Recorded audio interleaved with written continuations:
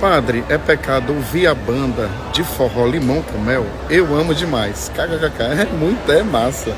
O forrozinho sempre é muito bom, né?